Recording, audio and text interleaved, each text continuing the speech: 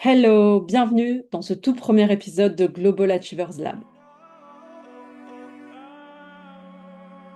dans lequel je te propose de faire connaissance et de comprendre le pour qui et le pourquoi de ce podcast. Je suis Monia Briquille, enseignante, agrégée de sciences éco, consultante en orientation.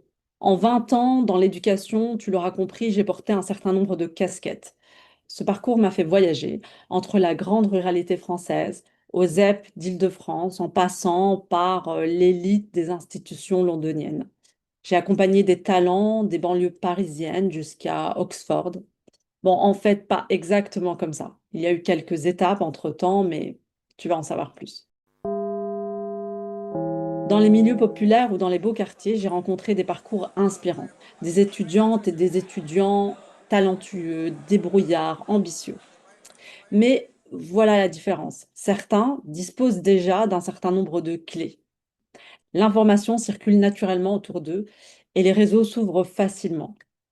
D'autres, tout aussi brillants, il faut aller les chercher, littéralement les convaincre. Bien sûr que Sciences Po, c'est possible. Bien sûr que c'est pour toi. Fonce. Et c'est là que je mesure à quel point l'accès à l'information est inégal. Progressivement, au fil de mes accompagnements, confirmés par les communications des universités, j'ai remarqué un pattern qui se démarque. Les étudiants qui décrochent les meilleures places ne sont pas forcément ceux qui maîtrisent déjà tous les codes. Ce sont ceux qui arrivent avec quelque chose de différent. Alors, certes, la maîtrise académique, c'est la base, hein, mais ces étudiants ont quelque chose en plus. Mes étudiants me disent souvent qu'ils ont l'impression d'être des outsiders, qu'ils maîtrisent moins bien les codes que les étudiants traditionnels de ces universités. Certains viennent de familles dans lesquelles le niveau d'éducation est très élevé. Leurs parents ont fait des études brillantes en France ou ailleurs. Mais quand il s'agit des universités internationales d'élite, même ces parents se retrouvent démunis. Ils ne connaissent pas ces codes et ces réseaux-là. D'autres arrivent vraiment sans les privilèges traditionnels. Pas de stage dans l'entreprise familiale, pas de conversation de salon qui ouvre des portes, pas cette assurance que leur place est garantie quelque part. Dans les deux cas, ils naviguent à vue. Ils ont cette soif d'excellence, ils veulent toujours en savoir plus, aller plus loin, mais sans avoir le mode d'emploi. Pourtant, ce qu'ils ne réalisent pas, c'est que leur parcours multiculturel leur a donné quelque chose d'unique. Ils savent déjà s'adapter à différents milieux sociaux, naviguer entre plusieurs cultures, jongler entre plusieurs codes de langue. Ils ont cette compréhension intuitive des enjeux globaux, culturels, géopolitiques. Et dans un monde où beaucoup évoluent encore dans une bulle culturelle, eux maîtrisent déjà cette complexité. Et c'est exactement ce que recherchent aujourd'hui les institutions d'excellence. Pas des profils formatés, mais des esprits qui comprennent la nuance, des esprits qui pensent outside the box. Et justement, à travers ce podcast, à travers ces parcours, j'ai l'ambition de t'ouvrir la black box de l'excellence multiculturelle. J'ai côtoyé des profils singuliers, comme je te le disais. Mon travail consiste à les aider à identifier et à valoriser ce qui les rend uniques. Sauf que l'apprentissage, c'est une co-construction. Ces étudiants, leurs familles, les personnalités croisées dans les jurys universitaires, chaque échange m'a enrichi.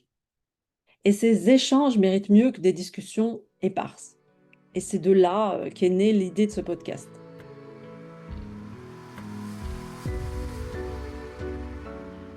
Donc ici, pas de théorie sur l'orientation, pas de fiche métier, tu pourras trouver tout cela très bien fait ailleurs. Ici, on va décortiquer des parcours concrets. Il et elle s'appellent Ambre, Alexandre, Mélisse, Adam, Josh, Nour, de jeunes ingénieurs, médecins, juristes, chercheurs en quantum computing. Ils ont décroché Oxford, Cambridge, Polytechnique, LSI ou encore Sciences Po. Tous naviguent entre plusieurs cultures, plusieurs langues, plusieurs mondes, et ils ont transformé la complexité de ce parcours en force.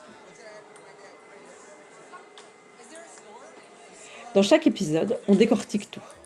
Comment ils ont choisi leur université, décroché leur stage, construit leur dossier, mais aussi leurs galères, leurs doutes, ce qu'ils auraient fait différemment.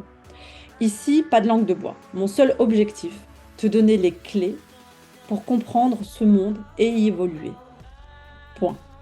Que tu sois étudiant en quête de stratégie ou recruteur cherchant à décoder ses profils, tu auras les vraies réponses. Ce qui motive cette génération, leurs galères, leurs ambitions.